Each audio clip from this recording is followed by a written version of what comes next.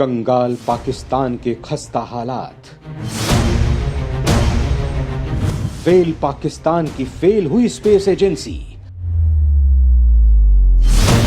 पाक को मिलेगी उसके जिगरी दोस्त की मदद। पाक की स्पेस एजेंसी सुपार्को को अपग्रेड करेगा चीन। पाकिस्तानी वैज्ञानिकों और इंजीनियरों को भी देगा ट्रेनिंग। पाकिस्तानी स्पेस एजेंसी को मिलेगी 800 करोड़ रुपए की मदद। दोस्तों, चीन का जिगरी दोस्त कहलाने वाले पाकिस्तान हमेशा खुद के विकास के बारे में सोचने के बजाय भारत की बर्बादी के बारे में ही सोचता रहता है। यही कारण है कि आज उसकी ऐसी हालत हो चुकी है कि उसके पास खाने के भी लाले हैं, लेकिन फिर भी वो इससे उबरने के बजाय भारत के खिलाफ प्लान बनाता रहता है और इसमें उसका साथ देता है चीनी ड्रैगन। चीनी पाकिस्तान को अपने फायदे के लिए हमेशा से इस्तेमाल करता आया है और उसकी मदद के बहाने से भारत के खिलाफ षड्यंत्र रचकर उसे नुकसान पहुंचाता है। लेकिन इन दोनों के मंसूबों पर भारत हमेशा पानी फेर देता है। लेकिन ये दोनों देश फिर भी अपनी हरकतों से बाज नहीं आते हैं। लेकिन इन सब में चीन के बजाय पाकिस्तान को ज्यादा नुकसान होता है। उसका इन सब में फंसे रहने के कारण विकास नहीं हो पाता है और वहां जो हालात आजादी के समय थे वही हालात आज 75 साल बीत जाने के बाद भी कुछ खास नहीं बदले हैं। यहाँ भुखमरी, बेरोजगारी और पिछड़ी अर्थव्यवस्था की मार जनता झेल रही है। इतना ही नहीं, यहाँ के अगर अंतरिक्ष मिशन की बात की जाए तो वो भारत से कोसों दूर है।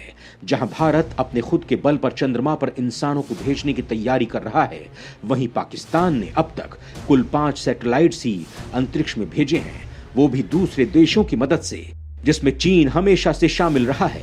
दोस्तों, सबसे हैरानी की बात तो यह है कि पाकिस्तान की स्पेस एजेंसी की शुरुआत भारत के इसरो से करीब 8 साल पहले हुई थी, लेकिन तब से लेकर अब तक उसने सिर्फ 5 ही सैटेलाइट्स छोड़े हैं। पाकिस्तान की स्पेस एजेंसी का दुनिया में कहीं कोई नाम भी नहीं है, न ही उसके लॉन्च की कोई खबर आती है, जबकि भारत की स्पेस एजेंसी इसरो ने पूरी दुनिया का भरोसा जीता है। अंतरिक्ष विज्ञान के मामले में भारत दुनिया के अग्रणी देशों में एक है, वहीं दक्षिण एशिया में वो नंबर 1 पर है। दोस्तों, यहाँ आपको पाकिस्तान के अब तक के लॉन्च किए गए मिशंस के बारे में बताते हैं। पाकिस्तान ने अपना पहला उपग्रह 16 जुलाई 1990 को छोड़ा था, जिसका नाम था बद्र 1। ये एक आर्टिफिशियल डिजिटल उपग्रह था। इसने 6 महीने बाद अंतरिक्ष में काम करना बंद कर दिया था। दूसरा बद्र बी उपग्रह था, जो एक अर्थ ऑब्जर्वेशन सैटेलाइट था। इसे 10 दिसंबर 2001 को लॉन्च किया गया था। वहीं तीसरा उपग्रह पाकात 1R या पाकसाक 1 उपग्रह था, जिसे 11 अगस्त 2011 को चीन की मदद से छोड़ा गया था। इसे चीन ने ही बनाया था। ये एक संचार उपग्रह है, ये अभी काम कर रहा है। वहीं पाकिस्तान का चौथा उपग्रह iCube 1 उपग्रह है, जिसे 21 नवंबर 2013 को लॉन्च किया गया था। ये biology, nano technology, space dynamics आदि जैसे प्रयोगों के लिए बनाया गया था। इसने भी 2 साल काम किया। पांचवा उपग्रह पाकिस्तान रिमोट सेंसिंग सैटेलाइट है। इसे 9 जुलाई 2018 को लॉन्च कर दिया गया था। इसे भी चीन ने अपने रॉकेट से लॉन्च किया था। पाक की स्पेस एजेंसी के शुरुआती वर्ष काफी उम्मीदों से भरे थे। 4 टॉप साइंटिस्ट को अमेरिकी एजेंसी नासा में स्पेस टेक्नोलॉजी की पढ़ाई के लिए भी भेजा गया।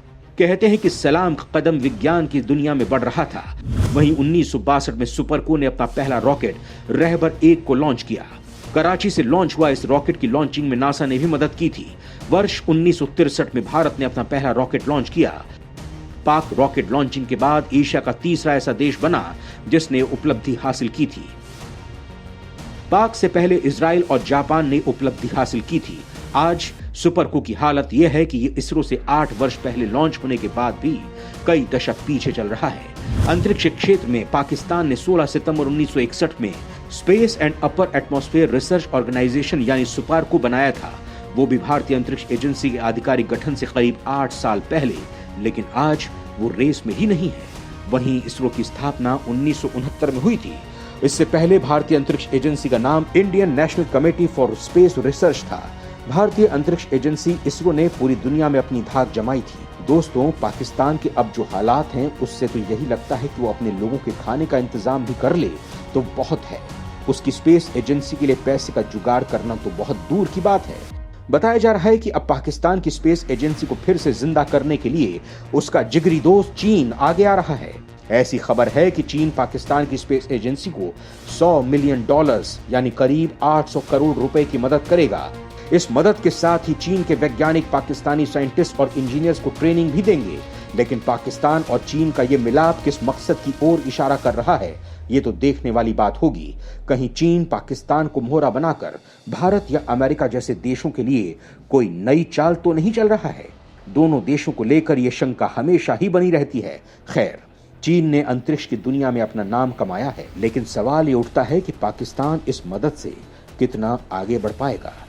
चीन ने पाकिस्तान के लिए एक अंतरिक्ष केंद्र बनाने और उसके लिए और अधिक उपग्रह प्रक्षेपित करने समेत इस्लामाबाद के साथ अंतरिक्ष सहयोग बढ़ाने की योजनाओं की भी इस साल की शुरुआत में घोषणा की है।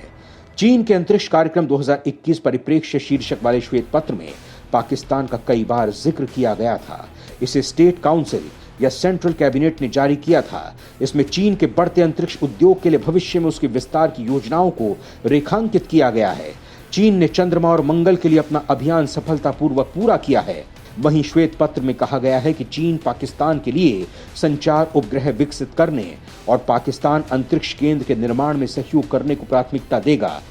चीन अभी खुद का अंतरिक्ष स्टेशन बना रहा है, जिसके इस साल पूरा हो जाने की उम्मीद है। श्वेत पत्र में कहा गया है कि चीन अगले 5 वर्षों में और अधिक अंतरिक्ष विज्ञान अन्वेषण करेगा। दोस्तों, स्पेस मिशन को लेकर वैसे तो दुनिया में अमेरिका, रूस, जापान, चीन जैसे देश सबसे आगे हैं। वहीं अगर हम दक्षिण एशिया को लेकर बात करें तो यहाँ 8 देश हैं: भारत, अफगानिस्तान, पाकिस्तान, बांग्लादेश, श्रीलंका, नेपाल, भूटान और मालदीव। इन सब देशों में अंतरिक्ष विज्ञान के मामले में सिर्फ चीन सबसे आगे है। चीन अमेरिका जैसे देश को टक्कर देने की क्षमता रखता है। वहीं भारत की बात करें तो इसकी स्पेस एजेंसी इसरो की काबिलियत से पूरी दुनिया वाकिफ है। इसरो भले ही नासा के बराबर खड़ी ना हुई हो, लेकिन फिर भी वो अपने छोटे और मध्यम उपग्रह इसरो के जरिए ही लॉन्च कराता है। वहीं उसके कट्टर दुश्मन पाकिस्तान को लेकर बात करें तो भारत इससे इतना आगे है कि भारत की बराबरी करने में कई दशक लग जाएंगे। पाकिस्तान को हमेशा से ही चीन का सपोर्ट मिलता आया है और जिस तरह से उनके संबंध हैं, उससे लगता है कि वो आगे भी उसकी मदद करता रहेगा। लेकिन यहाँ भले ही वो चीन से मदद ले या किसी और देश से, लेकिन अंतरिक्ष विज्ञान में ये भारत के आगे कहीं नहीं टिक सकता। इस वक्त भारतीय अंतरिक्ष एजेंसी इसरो अंतरिक्ष विज्ञान के मामले में अभी दुनिया का सबसे भरोसेमंद संगठन है। जहां एक तरफ इसरो ने 104 सैटेलाइट लॉन्च कर वर्ल्ड रिकॉर्ड बनाया है और अब वो गगनयान की तरफ बढ़ रहा है, तो सुपार्को को ऐसा करने में कम से कम 2 दशकों का समय लगेगा। सुपार्को ने खुद इसके लिए वर्ष 2040 का लक्ष्य तय किया है। तब तक भारत शुक्र ग्रह पर पहुंच चुका होगा और मंगल का एक और चक्कर लगा चुका होगा। साल 1970 में जहां भारत ने पहला सैटेलाइट आर्यभट्ट लॉन्च कर दिया था, तो वहीं पाक सरकार का ध्यान और मकसद परमाणु बम बनाने में लग गया। दोस्तों, अंतरिक्ष विज्ञान के मामले में भारत के सामने पाकिस्तान का कोई वजूद ही नहीं है। सिर्फ चीन ही है जो भारत से कुछ मामलों में आगे है, लेकिन उसके भी अभियानों ने दुनिया को उतना हैरान नहीं किया जितना इसरो ने किया।